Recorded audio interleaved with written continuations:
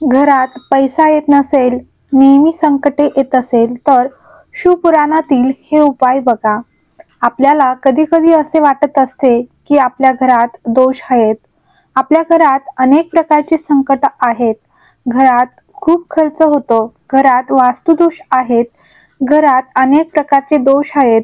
कायम आजारी असेल, पैसे टिकत नसेल, आपल्या घरावर खूप संकटे येत असेल, त्यासाठी आपण आपल्या घरामध्ये कुत्रा पाळतो, मासे ठेवतो, मांजर पाळतो. काही काही लोक पोपटही पाळतात. ज्यावेळेस अनेक प्रकारचे प्रयोग आपल्यावर होतात, जेव्हा ती शक्ती आपल्यावर येते, तर त्यावेळेस कुत्रा असो, मांजर असो, तर त्यांचे रात्री डोळे चमकतात. तर ती शक्ती प्रथम त्यांच्यावर येते. त्यामुळे आपण म्हणत असतो की आपल्या घरातील मांजर गेलं किंवा कुत्रा गेला, याचा अर्थ दोष आहेत. याच्यापेक्षाही सुंदर असा मार्ग आहेत की आपल्या घरात दोष राहू नये, कुठल्याही प्रकारचे संकटे येऊ नये, लाख रुपये खर्च करून देऊनही लोक आपल्याला लुबाडत असतात. अनेक प्रकारचे बंधने करतात. अनेक प्रकारच्या आपण अघोरी मंत्रतंत्राच्या पाठीमागे लागतो. तर एकच करावे की भगवान शंकराचे नर्मदेश्वराचे शिवलिंग आपल्या घरात ठेवा. आपल्या घरात कुठल्याही प्रकारचा दोष येणार नाही. त्याही पेक्षा आपल्या घरामध्ये 4 काचेचे ग्लास मीठ भरून ठेवायचे. त्या ग्लासमध्ये जाड मीठ भरायचं. जाड मीठ 4 ग्लासमध्ये भरल्यानंतर ते झाकून ठेवायचं.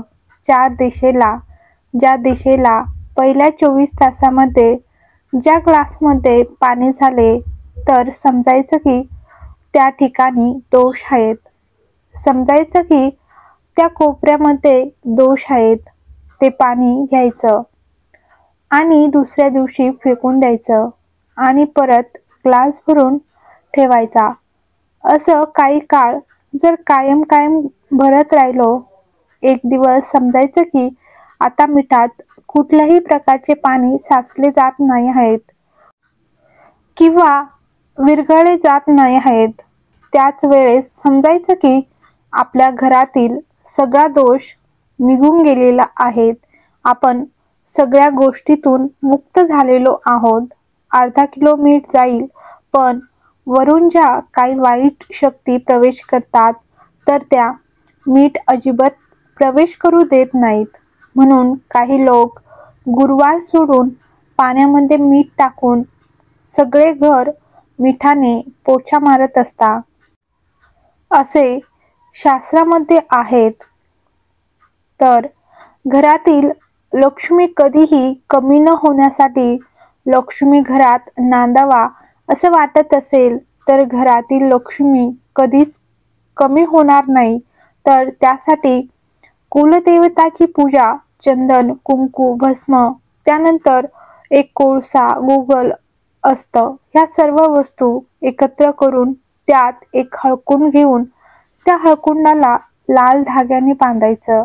आपण जेव्हा घराच्या बाहेर जातो, तर घराच्या आतून वरती एक खिळा ठोकून, पितळी असेल तर खूप चांगला किंवा कोणताही चालेल, आणि आतमध्ये त्या वस्तू लावून द्यायच्या. तुमच्या घरामध्ये कुलदेवता एवढं सुख देईल की तुम्ही म्हणाल, काय एवढी शक्ती आहेत, वाईट शक्ती ती कधीच प्रवेश करू देणार नाहीत. आपल्याला आपल्या घरामध्ये सकाळ आणि संध्याकाळ दिवा लावण्याचे महत्त्व आहेत. तुळशीला दिवा आणि आपल्या देवघरात दिवा हा लावलाच पाहिजे.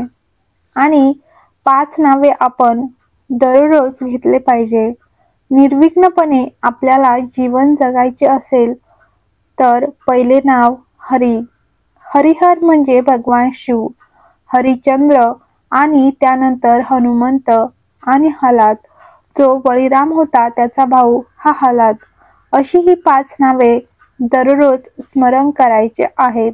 कुठल्याही प्रकारचे संकट येणार नाही असे शास्त्र सांगते. आपल्याला कोणी त्रास देत असेल, अनेक प्रकारचे शत्रू असतात, भगवान शंकराच्या शिवलिंगावरती आणि कालभैरवावरती आणि मारुतीरायाला रुईचे फूल वाहिले तर आपल्याला कुठल्याही प्रकारचा बाहेरून त्रास होत नाही. आपण भगवान शंकराच्या शिवलिंगावर जर दुर्वा वाहिल्या तर ज्याचे आयुष्य कमी आहे त्याचे आयुष्य वाढते. भगवान शिवाच्या शिवलिंगावरती धोत्र्याचे फळ वाहिले तर ज्याला संतान नाही त्याला संतान प्राप्ती होते. भगवान शंकराच्या शिवलिंगावरती जर कनेराचे फूल वाहिले तर व्यक्ती कितीही आजारी असेल तरीही तो निरोगी होतो. भगवान शंकराला दयाने अभिषेक केला तर घरामध्ये एकमेकांसोबत प्रेमाने राहता, कधीही कोणाला त्रास देत नाही किंवा पती पत्नी कधीही भांडत नाही. घरामध्ये अतिशय गरिबी असेल, दरिद्रता असेल, लक्ष्मी प्राप्त व्हावी अशी वाटत असेल तर शुक्रवारच्या दिवशी पुरुषांनी सफेद कपडे घालायचे आणि महादेवाच्या शिवलिंगाची पूजा करायची. आपल्या घरामध्ये पहिले आपल्याला कुलदेवतेची पूजा करायची, इष्टदेवतेची पूजा करायची आणि पूर्वजांची पूजा करायची. देवघरामध्ये ही पूजा करायची. तुम्हाला घरामध्ये प्रसन्नता वाटावं, आनंद प्राप्त व्हावा तर पहिल्यांदा असे सांगितले आहेत की कुलदेवता प्रसन्न करावी. तर शुक्रवारच्या दिवशी पूजा करावी. 9 लाल फुले घेऊन 9 शुक्रवार कुलदेवताला व्हायचे आहेत.